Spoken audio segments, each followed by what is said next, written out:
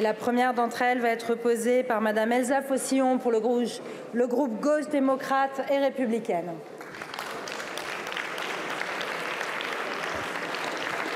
Madame la Présidente, Mesdames et Messieurs les ministres, chers collègues, au moment même où nous prenons la parole dans cet hémicycle, le génocide se poursuit implacablement à Gaza.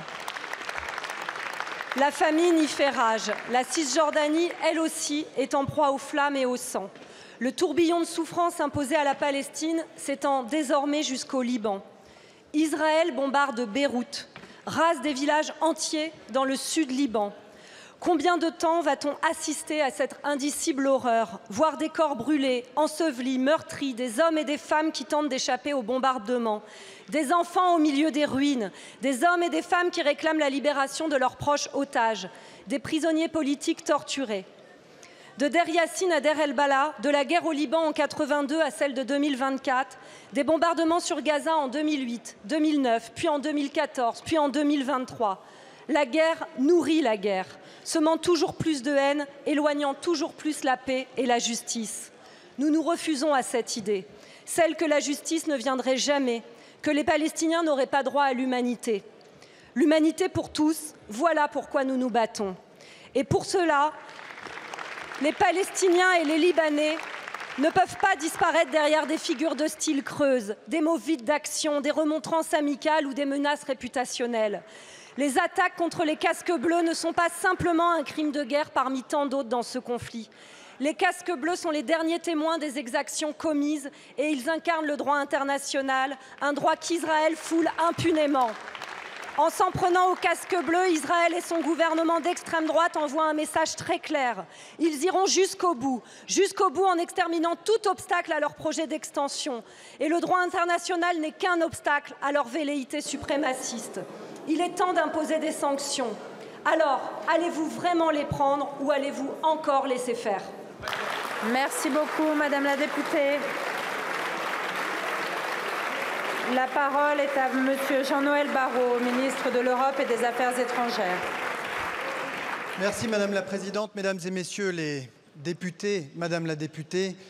La France n'oublie pas que si la région est aujourd'hui au bord de l'embrasement et si elle traverse une véritable tragédie, le Hamas, qui a perpétré le 7 octobre de l'année dernière le pire massacre antisémite de notre histoire depuis la Shoah, porte une très lourde responsabilité. Ceci étant dit, la France ne détourne pas le regard. Et le bilan de cette tragédie, vous l'avez rappelé, s'alourdit d'heure en heure, à Gaza comme au Liban. À Gaza, 15 morts dans le bombardement d'une école avant-hier, 4 morts et une quarantaine de blessés, dont des femmes et des enfants, dans le bombardement de l'hôpital des Martyrs d'Al-Aqsa hier. Au Liban et en Israël, 4 soldats tués dans une attaque par drone déclenchée par le Hezbollah. 22 morts, dont des femmes et des enfants, dans le bombardement du village chrétien d'Aïtou, au nord du Liban. 5 casques bleus blessés dans des tirs de Tsahal, au sud du Liban.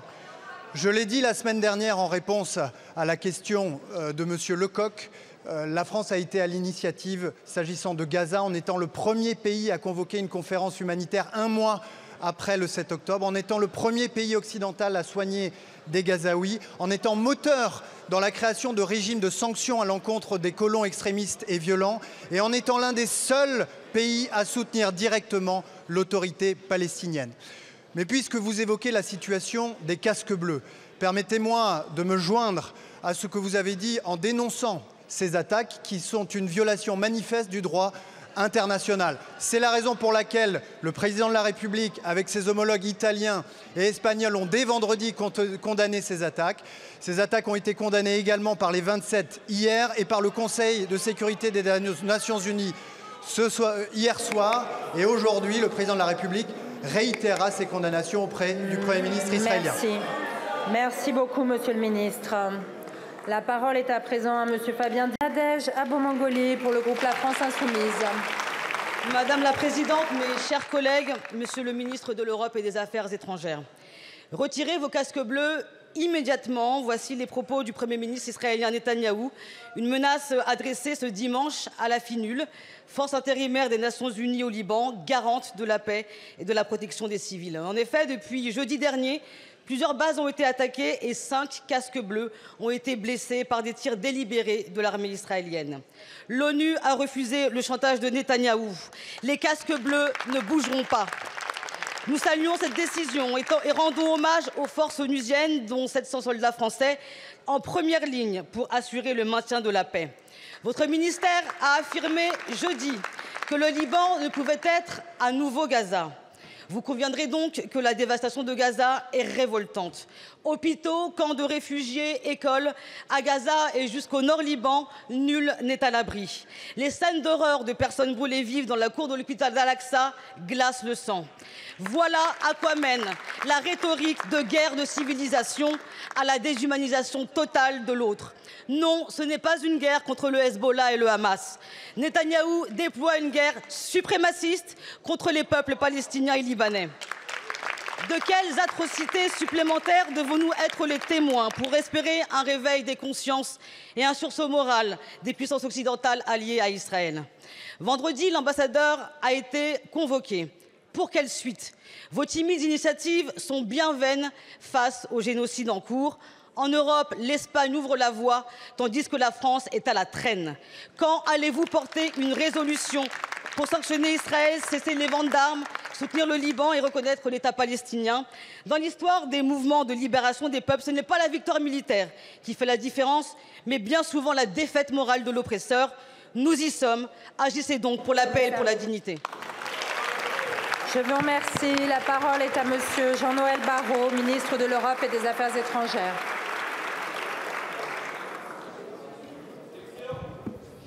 Merci Madame la Présidente, Mesdames et Messieurs les députés.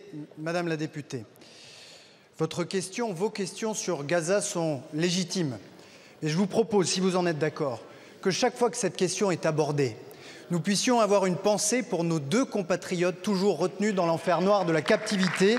Ofer, 52 ans, père de famille. Odad, 50 ans, père de famille.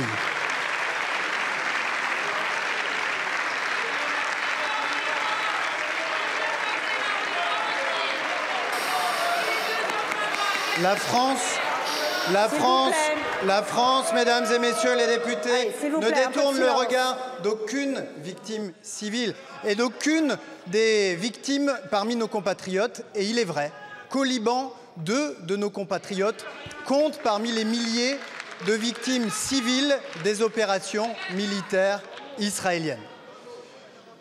Je vous remercie d'avoir cité le courage des 700 Français engagés dans le contingent des casques bleus de la FINUL. Soyez assurés qu'avec le ministre des Armées, nous suivons la situation d'heure en heure pour veiller à ce que leur sécurité soit préservée. Notre position, c'est évidemment que la force doit rester en place pour pouvoir jouer tout son rôle au moment où le cessez-le-feu interviendra, et il sera nécessaire de préserver la stabilité du Sud-Liban dans l'intérêt de l'unité et de la souveraineté du Liban et de la sécurité d'Israël. Quant à ce qui se joue au Liban et qui touche les populations civiles que vous avez évoquées, c'est la France, encore une fois, qui accueillera le 24 octobre prochain la première conférence internationale de soutien au Liban, qui sera à la fois l'occasion de mobiliser tous nos partenaires sur le soutien humanitaire que nous devons au Liban, à la fois de soutenir les forces armées libanaises, de soutenir la FINUL et d'échanger avec nos partenaires sur l'avenir institutionnel de ce pays cher à la France. Merci beaucoup, Monsieur le Ministre.